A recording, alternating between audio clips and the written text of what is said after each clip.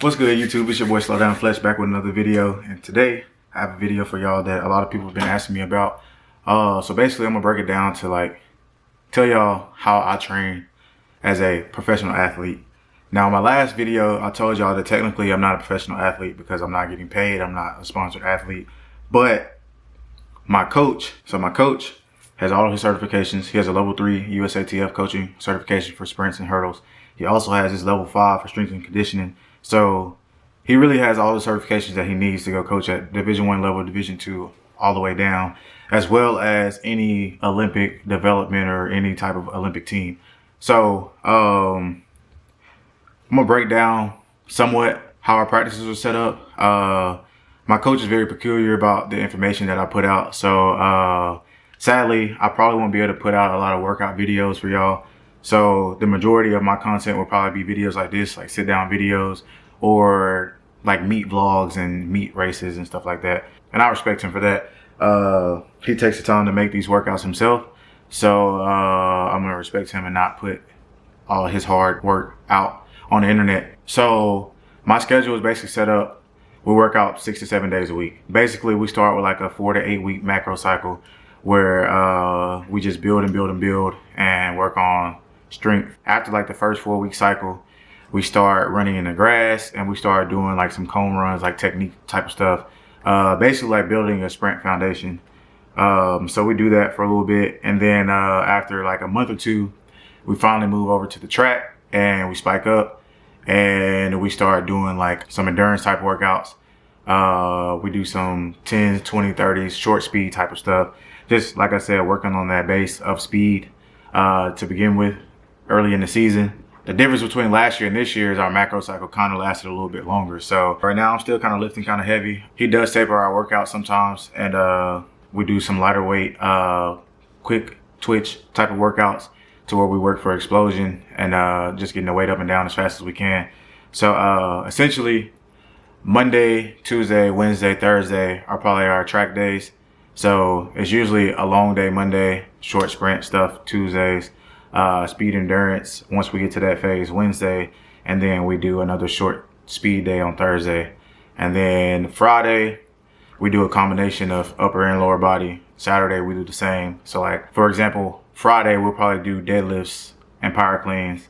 And then Saturday, we'll do squats and light power cleans.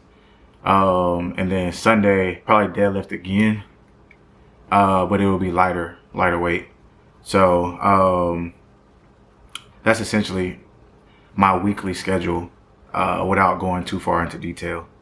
I explained this a little bit in one of my prior videos that like I said, I train on a 4-year cycle. So even though there's major events like Worlds, USA's, Olympics and stuff like that, the Olympics is the big one that we really focus and lock in on. So obviously I want to progress in PR and get better every year, but the goal is to peak when it matters. We kind of took a different approach this year. I've always usually had like a month off of rest after every season. My seasons are usually pretty long. I usually start training in like August and just doing base work and stuff like that. And then me, like I said, I'm a competitor, so I always want to compete. There's been years where I ran a track meet in November. There's been multiple years where I opened up early in December. So last season, I opened up in December. Started my indoor season. I ran 2 or 3 meets before the new year. So I kind of had a long indoor season last year. And then I went to USA, so that extended it a little bit longer. And then right after USA's, I came straight home, trained for about 2 or 3 days, and then I went to an outdoor meet, started my outdoor season. I had a really long season last year, probably the longest season I've ever had. I had taken a 2-year break from the 400, and I ran it, I think, 3 times. The 2020 and 2021 season, I didn't run it indoor. I ran it 3 times outdoor. I ended up PRing the last time that I ran it. So that's when we decided to actually like get back into it. So I ran a lot of races last year. I ran a lot of 400s. I ran like 14 to 15 400s. I ran 17 to 18 200s. So I had a long season essentially. So this year, like I said, he switched it up, gave me 3 months off, let me rest and recover. And I was thinking I was gonna be severely out of shape. I've always floated around like the 168, 170 weight range. And when I got back, I was 180. I had never been 180 in my life. I had always wanted to be 180. It's always been hard for me to gain weight. I'm like 5 or 6% body fat. So that tells you that it's very hard for me to gain weight. So coming back into it, I didn't really know what kind of shape I was going to be in. So we go to the gym. I started lifting, and he basically told me to pick a weight that I felt like I could do 10 or 12 reps of, 3 or 4 sets. And we started with that. So I think I started with like 225, then 275, then 315. And then by the time it came to maxes, I had put up 545 on squat.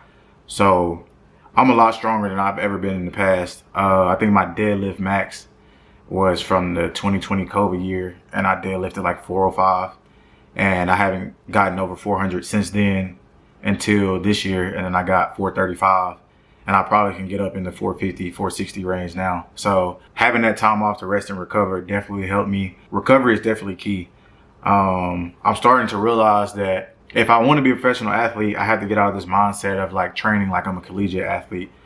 And by that, I mean like in college, it's a lot different than being a professional athlete, because like in college, you have conference championships, you have national championships and stuff like that. So like there's so many college meets throughout the season, but like once you're a professional athlete, like you don't want to be running 95 to 100% like effort every week, like on a week-to-week basis.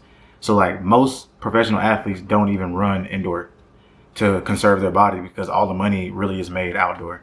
So I don't have that luxury because like I'm not a professional athlete. So I need to be in the best shape that I possibly can be, but I also have to be conscious of how many meets that I run and how much mileage I'm putting in my body, because obviously like last year, I get to a point where you PR so many times, your body is going to stall out eventually. And that's what happened. So this year, the plan is to see if I can get 3 or 4 meets in and hopefully drop my time dramatically. Hopefully I can try to qualify for one of the professional meets, New Balance Grand Prix or something like that in February. And if it doesn't happen, then hopefully I just drop my time regardless, and just focus on outdoor season. So then outdoor season, as many of you might know, there's a world championship this outdoor season. I think it's in August or something like that. So that means the USA qualifications will be in like June or July. So that's the goal. That's the mindset right now.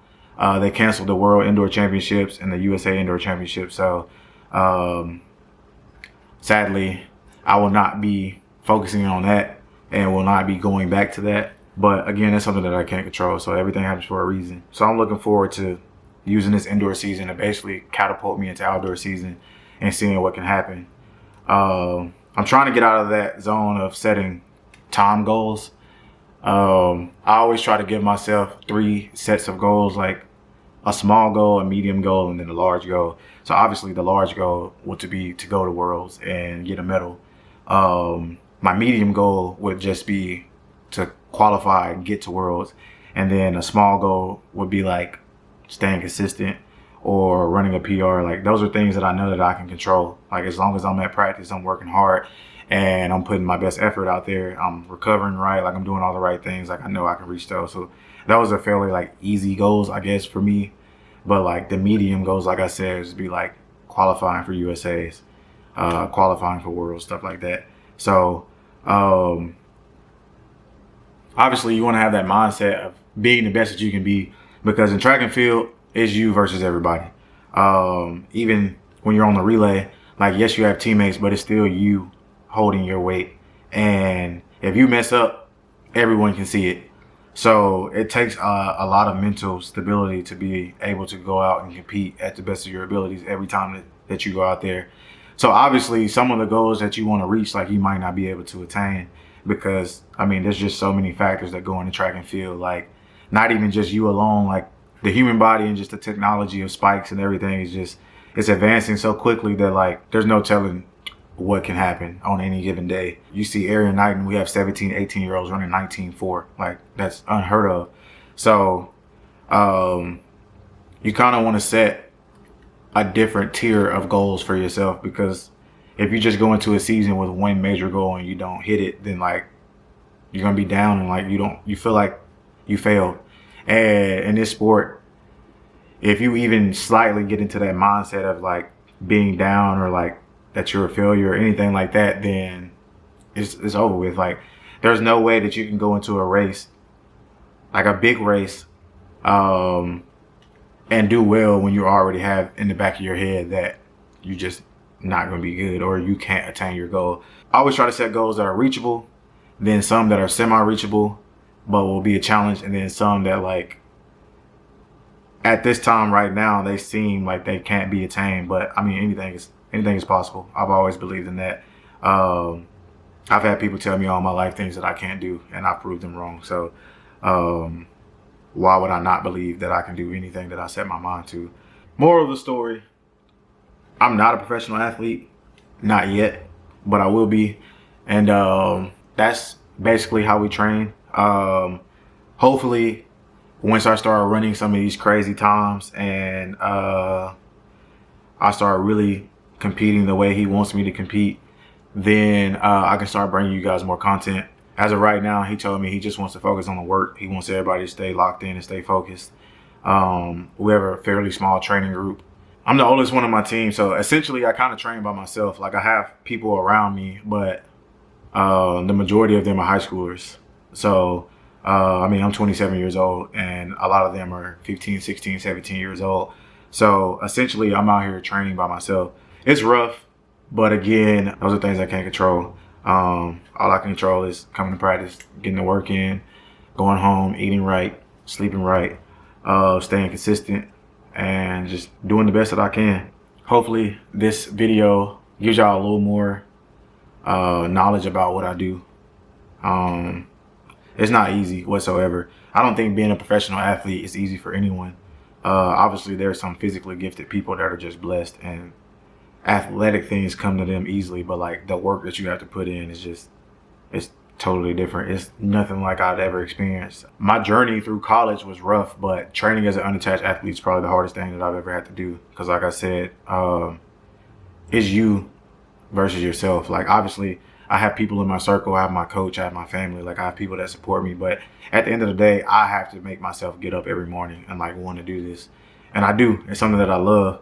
I complain about it a lot. It definitely takes up a lot of time in my life from things that I want to be doing. But this is also something that I want to do. This is my gift. I know God gave me this gift for a reason. So I'm going to just push it and explore it and see how far I can get with it. So hopefully I can bring some really good content for you guys and just do some big things this year. So just stay tuned, and I'm gonna try to do something special. So again, thank y'all for tuning in. Please feel free to like, comment, and subscribe. And I'm out.